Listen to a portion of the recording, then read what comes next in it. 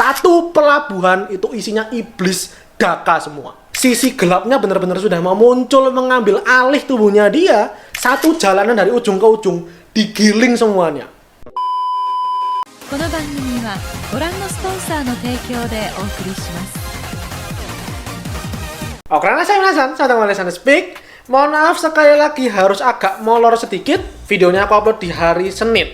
Kita lanjutkan kembali dongengin Berserk-nya. Kali ini kita lanjutkan, ada 4 chapter aku bahas. Kita penuh dengan action di part kali ini. Fokus di Guts dan yang lainnya itu mencari cara untuk kabur, keluar bisa ke pelabuhan gitu ya, ke kapalnya si Roderick. Dan di tengah perjalanan ini harus dikepung, harus bertahan melawan semua pasukan Kushan yang segitu banyak, segitu ngerinya.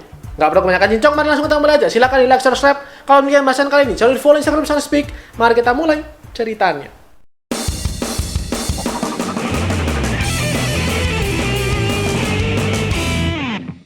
Di part sebelumnya, Guts dan yang lainnya itu sudah kabur gitu lah, sudah pergi dari ballroom pesta perjamuan. Mereka sudah sepakat, mereka bisa pergi ke Pulau Skellig, ke Elfham nantinya dibantu sama Roderick. Tapi sekarang, mereka harus mencari cara untuk bisa sampai ke kapalnya Roderick yang lagi diparkir di pelabuhan. Dan masalahnya, kota Fritannis sedang membara. Di luar ballroomnya ini, di luar istana, kita lihat pasukan-pasukan penjaga itu pada kocar-kacir semua, pada ketakutan semua gitu ya. Meskipun mereka pakai armor senjata lengkap, tapi dihadapkan dengan semua iblis-iblis Daka. Jadi nama iblisnya ini Daka namanya ya. Semua pasukan Kushan Daka ini langsung maju menyerang para pasukan istana. Mereka benar-benar nggak ada tandingan dan bahkan nggak punya pengalaman sama sekali ngadepin monster yang kayak gini. Tapi begitu di tengah semua kegaduhan ini muncul si Guts, Kuroi Kenshi dengan pedang gede Dragon Slayer-nya diayunkan, ditebas gitu banyak Daka. Itu para pasukan kaget gitu kan. Ini siapa lagi kok tiba-tiba bisa mengalahkan segitu banyak iblis sekaligus. Guts di situ membuka jalan gitu lah ya, dan yang lainnya pun ikut maju.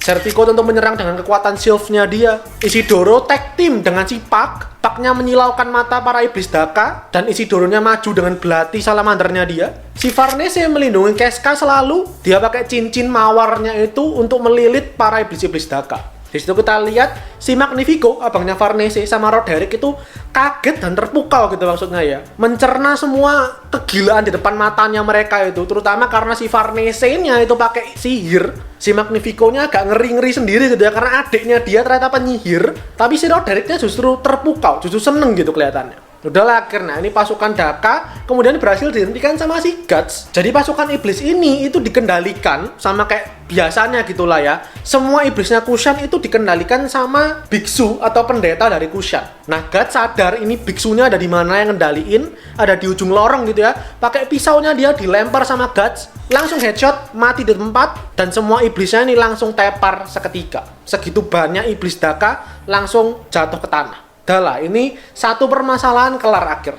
Sembari dilihat sama para pasukan istana yang masih kebingungan gitulah ya. Guts dan yang lainnya kena pergi. Mereka melanjutkan perjalanan, mereka lari ke pelabuhan. Mereka melewati tengah kota Fritannis dulu gitu kan, dan mereka kaget, mereka ngeri ngeliat begitu hancurnya ini kota, terbakar di mana-mana. Bener-bener porak-poranda mayat bergelimpangan. Tapi mereka tetap berusaha untuk fokus gitu lah ya, secepat mungkin jangan sampai ini kapalnya Roderick terbakar. Tiba-tiba dari arah yang mereka tuju itu muncul si ikan berbelalai besar banget itu ya, yang sebelumnya pernah dilawan Guts waktu di tepi pantai. Jadi ini monsternya, makhluk ini muncul sekali lagi, dan masalahnya mereka nggak cuma diserang dari depan, dari belakang arah lain pasukan Daka muncul lagi. Jumlahnya banyak banget, mereka dikepung di tengah gitu kan. Akhirnya Guts bilang, aku hadapi yang besar. Aku hadapi ikan aneh ini, kalian hadapi kroco-kroconya. Aku percayakan sama kalian. Nah, masalahnya terakhir kali Guts bisa mengalahkan ikan gede ini, itu kan pakai armor berserker, dimana dia hampir kehilangan kesadarannya dia, dimana dia kehilangan kendali.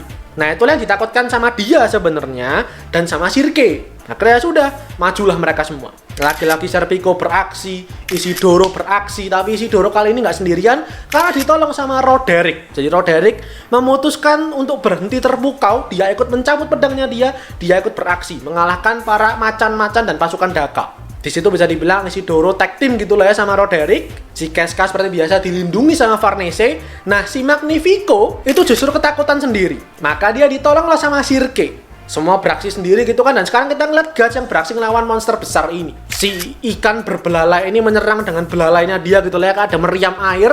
Guts berhasil menghindar, menyerang belalainya tapi terlalu tebal. Nggak berhasil.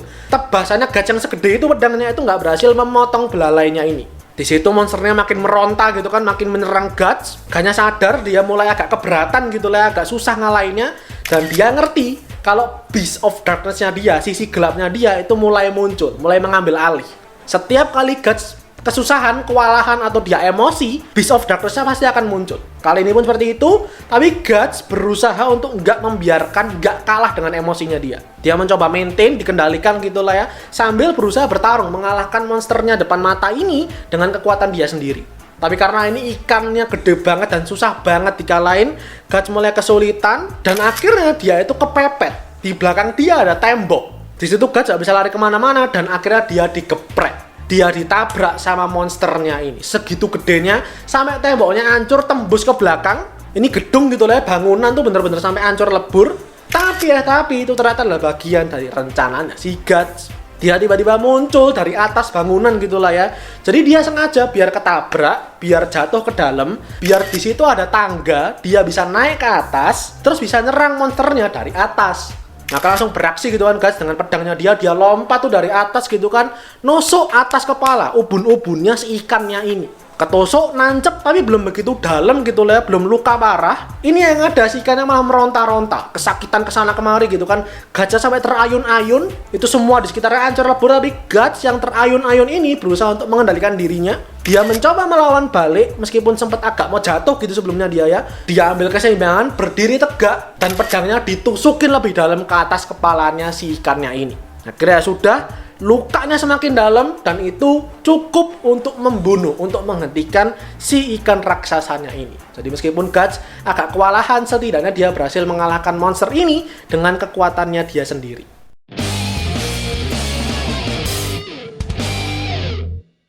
Dah selesai gitu kan, maksudnya ini Guts-nya meskipun agak tertatih-tatih, lukanya ya lumayan gitulah ya, tapi masih bisa jalan. Semua udah kelar, selesai. Area itu stage kedua gitu lah kita bilang lah ya, clear, aman. Mereka lanjut lagi perjalanan mau ke pelabuhan. Nah tiba-tiba waktu mereka mau berangkat, si Sirke itu kayak baru sadar. Dia karena terlalu fokus ngadepin yang stage 1, stage 2 tadi, itu nggak fokus untuk merasakan aura, nggak fokus merasakan keberadaan orang-orang. Ketika dia mencoba sense lagi, dia mencoba merasakan lagi, dia kaget karena pelabuhan itu bener-bener gelap. Pelabuhan tuh kayak penuh dengan aura-aura jahat, penuh dengan iblis.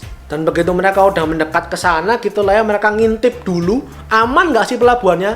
Beneran, satu pelabuhan itu isinya iblis daka semua. Dan mereka semua nggak ada habisnya. Di situ ada kapalnya Kushan, dan kapal inilah yang mengangkut semua iblis-iblis ini. Makanya begitu rasanya udah habis, udah kalah, muncul lagi iblisnya. Karena selalu disetok terus. Semua armadanya selalu dikirim, nggak ada habisnya. Dan di situ udah nih timnya Guts makin bingung dong, gimana caranya mereka bisa sampai ke kapal. Ini pelabuhan penuh isinya iblis semua. Akhirnya Guts mengambil tindakan lagi. Maka dia berdiri, dia bilang ke yang lainnya, jangan keluar, jangan nunjukin diri. Aku yang maju sendirian, akan aku tangani supaya kalian bisa kabur. Si Guts kayak merelakan dirinya gitu ya, jadi umpan supaya yang lainnya bisa selamat. Tapi di situ dia dihentikan sama Sirke yang lagi-lagi nggak membolehkan si Guts gitu. Maksudnya, kalau kamu nanti menggila terus mode berserker kamu aktif, yang luka itu kamu sendiri. Kamu sayang itu bukan kamu sendiri, kenapa sih gitu loh. Sirke ngomong seperti itu sampai menangis dia. Akhirnya sudah Guts dengerin omongan bocil ini gitu loh ya. Dan si Sirke-nya yang bilang, aku aja yang akan mencoba beraksi. Aku akan coba panggil arwah, panggil roh, minta bantuan mereka supaya bisa menghabisi semua musuh-musuh kita ini. Jadi sama kayak waktu di desa Enoh itulah ya, dia berkonsultasi, bukan konsultasi, minta tolong gitulah, minta bantuan ke arwah yang ada di sana supaya bisa menyelamatkan desa Enoh. Nah masalahnya yang susah kali ini karena ini di kota gitulah ya, beda dengan di desa, di pegunungan, di hutan, yang arwahnya itu lebih gampang untuk dijangkau, arwahnya lebih gampang untuk dicari. Kota yang sudah hiruk pikuk gitulah ya, itu susah banget buat komunikasi dengan arwah. Si Valera bilang seperti itu ke Sirke, tapi Sirke keras kepala, dia tahu gitu lah, bisa kok, pasti ada roh yang bisa aku ajak omong. Di situ dia melihat kayak ada kincir air gede itu terbakar. Ini pelabuhan terbakar semua gitu kan. Ada kincir air gede itu terbakar dan si Sirke merasakan ada kehadiran roh di sana. Dia coba nanti ngomong dengan roh yang di sana itu. Ya udahlah akhirnya Shirke berusaha ritual gitu lah ya, dengan doa-doanya dia, dengan sihirnya dia, sementara di cover sama Guts dan yang lainnya. Dan masalahnya yang nyerang, yang mengepung itu nggak cuma dari depan. Jadi para iblis daka yang dilihat sama Guts dan yang lainnya itu sadar akhirnya kalau ada Guts dan yang lainnya di gang sempit itu, maka mereka menyerang dari belakang, muncul lagi juga. Jadi sekali lagi ini Guts dan semuanya terkepung di tengah. Dan ini dari dua arah, sisi depan ditangani Guts, sisi belakang ditangani yang lainnya, Serpico, Isidoro semuanya. Akhirnya sudah semua iblis ini maju, Guts dan yang lainnya mencoba bertahan. Kita sekarang melihat si Shirke yang masuk ke dalam dunia astralnya dia, masuk dalam bentuk astral, dia mencoba mencari, menemukan, berkomunikasi dengan arwah yang bisa dia mintai tolong. Di situ di kota Fritanis dia merasakan hawa panas yang nggak main-main. Itu rasanya kayak di api pencucian. Karena kayak bener-bener satu kota dibakar hangus. Dia bisa merasakan banyak sekali arwah-arwah yang nggak tenang. Bener-bener sensasi yang mengerikan buat dia. Tapi dia mencoba untuk tetap kontrol dirinya dia, nggak sampai kalah dengan semua gangguan ini. Dan akhirnya dia menemukan satu cahaya. Dia menemukan titik terang. Kelihatannya dia menemukan roh yang bisa dia mintain tolong. Kita kembali melihat ke dunia nyata. Guts dan yang lainnya ini berjuang mati-matian. Ini Isidoro, Roderick, Serpico mulai agak tertekan gitu ya dari sisi sini. Si Guts pun meskipun banyak yang bisa dikalahin sama dia, tapi karena masih ada lebih banyak lagi yang mau menyerang dia nih, mau nge-gangbang dia, lagi-lagi dia kesulitan mengendalikan Beast of Darkness-nya dia. Ada yang bahkan lompat dari atas mau menyerang dia habisin memang sama Guts, tapi ya itu dia kesulitan mengontrol emosinya dia. Ketika udah di menit-menit terakhir, Guts ngerasa sisi gelapnya benar-benar sudah mau muncul mengambil alih tubuhnya dia.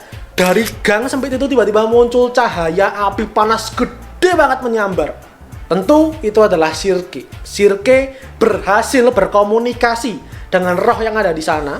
Rohnya ini bernama Wheel of Flame atau roda api, pusaran api, yang mana representasi dari kincir air yang kebakar itu tadi gitu ya. Itu merasuki tubuhnya Shirke, mengambil alih, memberikan si Shirke kekuatan, dan sebagai bantuan dia akan membakar, membumi hanguskan musuh dari gadis ini. Maka tiba-tiba Shirke yang dikuasai sama rohnya ini, itu dia pakai tongkatnya dia arahkan ke kincirnya yang terbakar itu. Kincirnya tiba-tiba jatuh. Kincir api ini jatuh, terbakar, terguling-guling, dan itu melindas, menggiling semua pasukan Daka. Satu jalanan dari ujung ke ujung, digiling semuanya.